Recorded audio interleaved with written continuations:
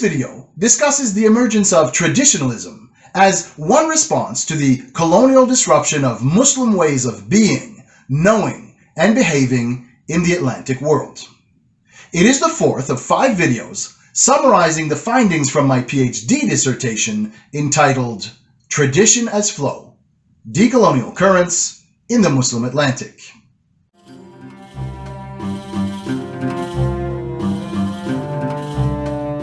In the previous video, we discussed how Western European powers accumulated a historically unprecedented amount of wealth by conquering the American continent, exterminating most of its indigenous peoples, and transforming slavery into a modern, industrial, and capitalist process fueled by the labor of African captives and their descendants.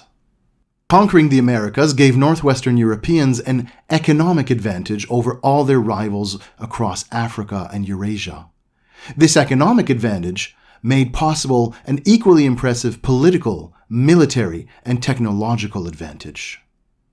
Historian James Galvin describes the geopolitical and economic deterioration of Islamdom after the 17th century. He writes, "Imperial governments stumbled from financial crisis to financial crisis, often seeking cures that were worse than the disease. Warlords asserted themselves against weakened central governments, refused to send taxes or tribute to the imperial capital, and often waged war against representatives of the imperial government and on each other."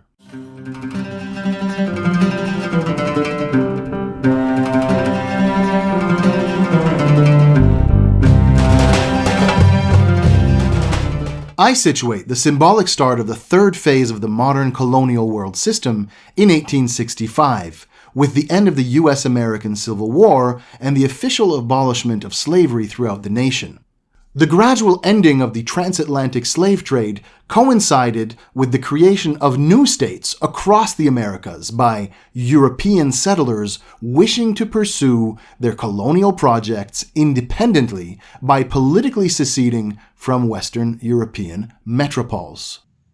Europe adapted to this situation by colonizing most of Africa, Asia, and the Pacific. Nearly all Islamdom eventually fell under colonial rule. During the scramble for Africa, which lasted from 1880 to 1914, Europeans went from ruling directly over a mere 10% to about 90% of the African continent. In the aftermath of World War I, the Ottoman Empire was dissolved in 1922, and the Caliphate abolished in 1924. The end of the Caliphate, an institution dating back 13 centuries, left many Muslims disoriented and, to an extent, traumatized. The apparent incapacity of traditional Islamic institutions to protect Muslims from non-Muslim European invaders provoked a spiritual, intellectual, and cultural crisis throughout Islamdom.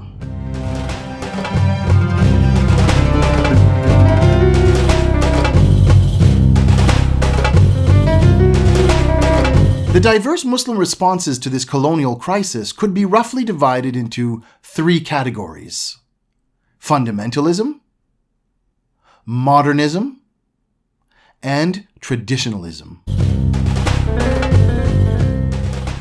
Fundamentalist and modernist responses tended to be equally anti-traditional.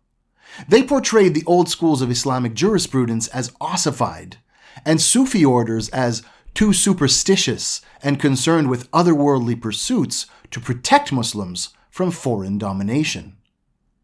Nevertheless, many Muslims considered their traditional institutions to be imperfect but precious and worth adapting to the challenges of the age. It should be noted that these 3 trends in Muslim thought, which fully emerged during the third phase of the modern colonial system, continue to exist. It should also be noted that similar trends can be observed among non-Muslims in the periphery of the world system. Decolonial thinker Ramon Grosfoguel writes, "Those third worldist fundamentalisms, Afrocentric, Islamist, indigenist, etc., that emerge in response to the hegemonic Eurocentric fundamentalism are subordinated forms of Eurocentric fundamentalism insofar as they reproduce and leave intact the binary, essentialist, racial hierarchies of Eurocentric fundamentalism. This corroborates the claim by Muslim proponents of tradition, such as Joseph Lombard, that Eurocentric modernism and Islamic fundamentalism are two sides of the same coin. Of course, Islamic fundamentalists draw upon pre-modern sources, but they reorganize their discourse in response to the Western ideologies to which they are subordinated. Traditionalism presents itself as a third way, better suited than modernism and fundamentalism to respond to the challenges of modernity. However, as the third phase of the modern colonial system progressed, anti-traditionalism and especially anti-Sufism became quite common among Muslims. This may seem ironic since Sufis had led the anti-colonial resistance in the Muslim Atlantic for centuries. I would like to pique your curiosity by mentioning three of the many anti-colonial African Sufis presented in my dissertation. Sayyid al-Hurra was an Andalusian who fought the Spanish and Portuguese as governor of Tétouan and eventually Queen of Morocco. Abd al-Qadir was an Algerian prince and scholar who led a ferocious resistance against French invaders for 17 years. Ahmadu Hamahullah was a sheikh of the Tijani Sufi order who led a stubborn, non-violent resistance against the French in the borderlands of present-day Mauritania and Mali. However, Europe ultimately won the day, and some Sufi orders even ended up serving colonial regimes. Many Muslims came to associate Sufism and other traditional institutions with loss and humiliation rather than heroic resistance.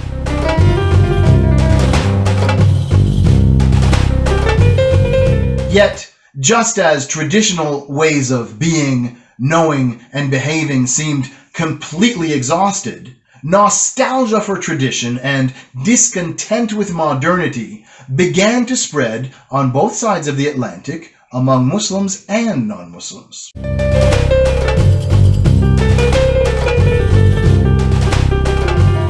I describe the broad trend of promoting tradition in the face of modernism as traditionalism, with a small t.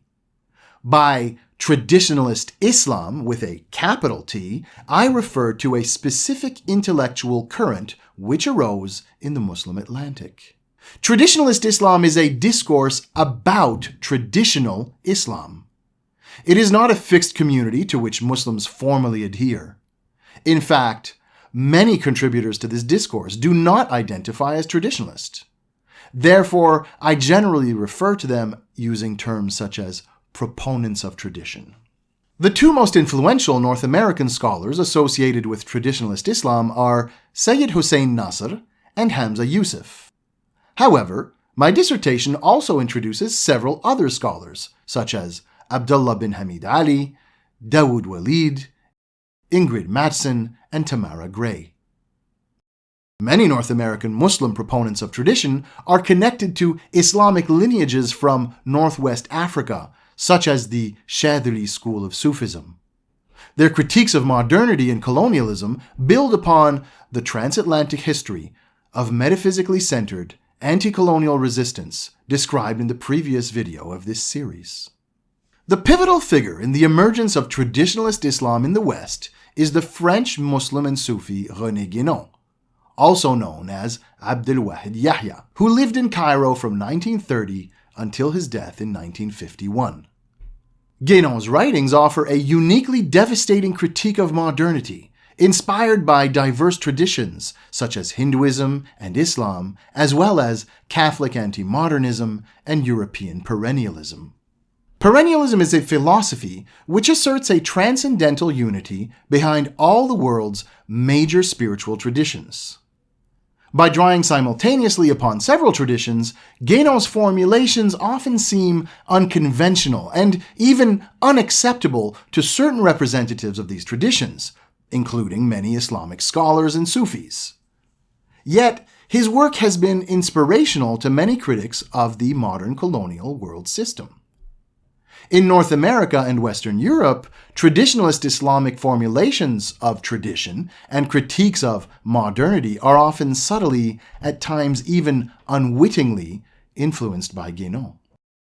Traditionalist Islam was introduced to North America during what I categorize as the fourth and most recent phase of the modern colonial world system, which symbolically began with the 1965 American Immigration and Naturalization Act. Similar immigration policies were adopted elsewhere in the core of the world system during the same decade, opening the way for massive immigration from the global south.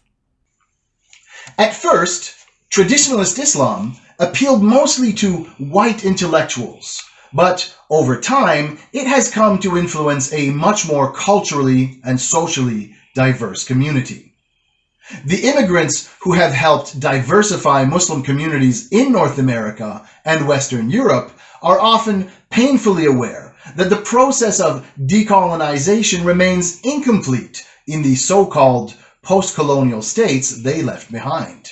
Global elites have shifted the structures of global power to make sure nation-states in the periphery of the world system enjoy limited effective sovereignty.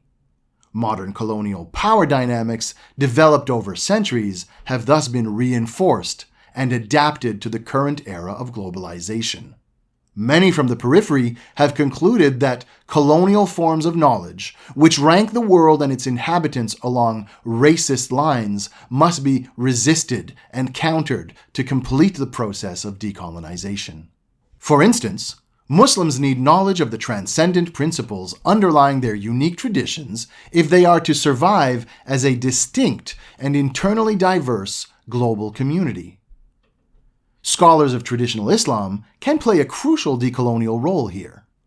Yet in the second half of the 20th century, anti-traditional discourses tended to be dominant. For example, the United States and the Soviet Union often promoted and co-opted both fundamentalist and modernist ideologies to justify a series of horrific proxy wars in Muslim-majority societies. However, since 9/11, Muslim proponents of tradition have become increasingly vocal and socially active in defending their understanding of orthodoxy. Rejecting calls to westernize Islam under the guise of progress, as well as Islamophobic depictions which conflate Islam with fundamentalism, several advocates of traditional Islam have risen to prominent positions in North American Muslim institutions.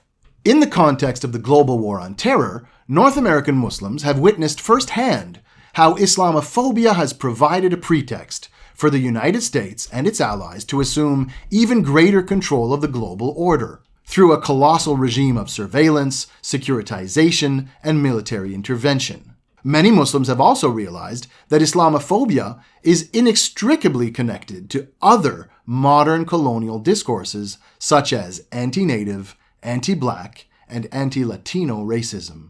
Traditionalist Islam challenges such modern colonial discourses. It refutes both Eurocentric and Islamic fundamentalism. And it counters typical Eurocentric left-right binaries by drawing upon the spiritual and intellectual traditions of the Muslim Atlantic and other parts of Islamdom.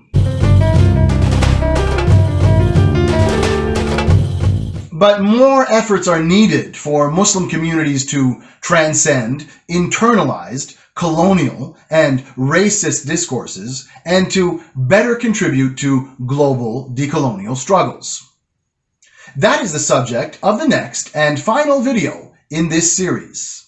Until then, salam.